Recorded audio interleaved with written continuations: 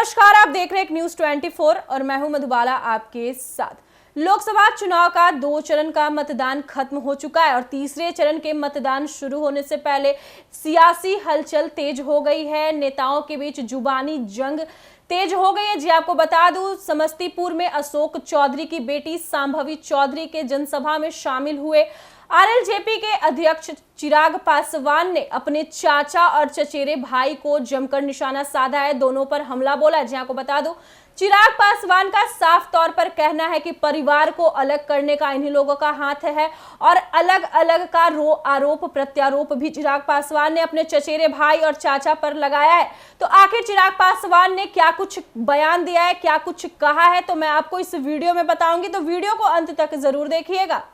बिहार में तीसरे चरण के मतदान से पहले सियासत तेज हो गई है। नेताओं के बीच जुबानी जंग शुरू हो गई है।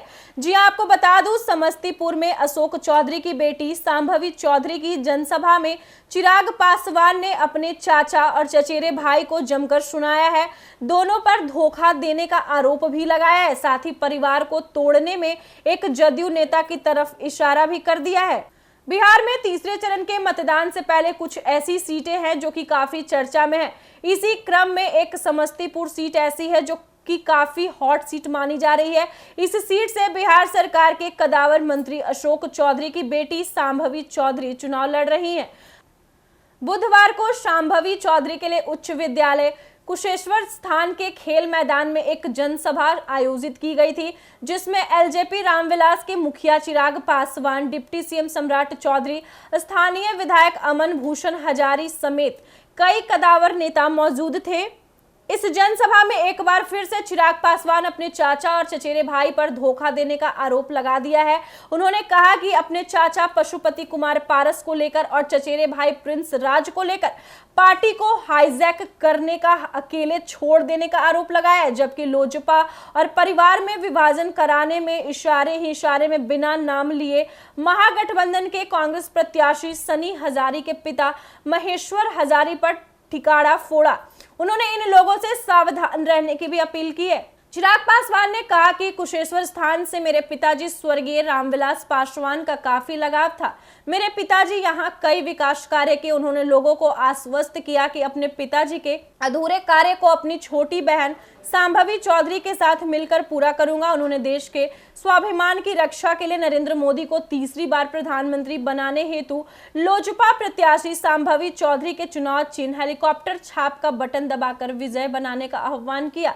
वहीं सम्राट चौधरी ने कहा कि आप लोगों के आशीर्वाद से आज देश को 56 इंच के सीना वाला प्रधानमंत्री मिला है। उप मुख्यमंत्री ने कहा कि भारत को कभी मुगलों ने लूटा तो कभी अंग्रेजों ने लूटा। भारत को लूटने में गजनवी भी पीछे नहीं रहा, लेकिन प्रधानमंत्री नरेंद्र मोदी की चौकीदारी में कोई विदेशी ताकतें देश में घुसपैठ की बात तो दूर, आंख उठाकर भी नहीं देख सकता। यह मोदी की गारंटी है।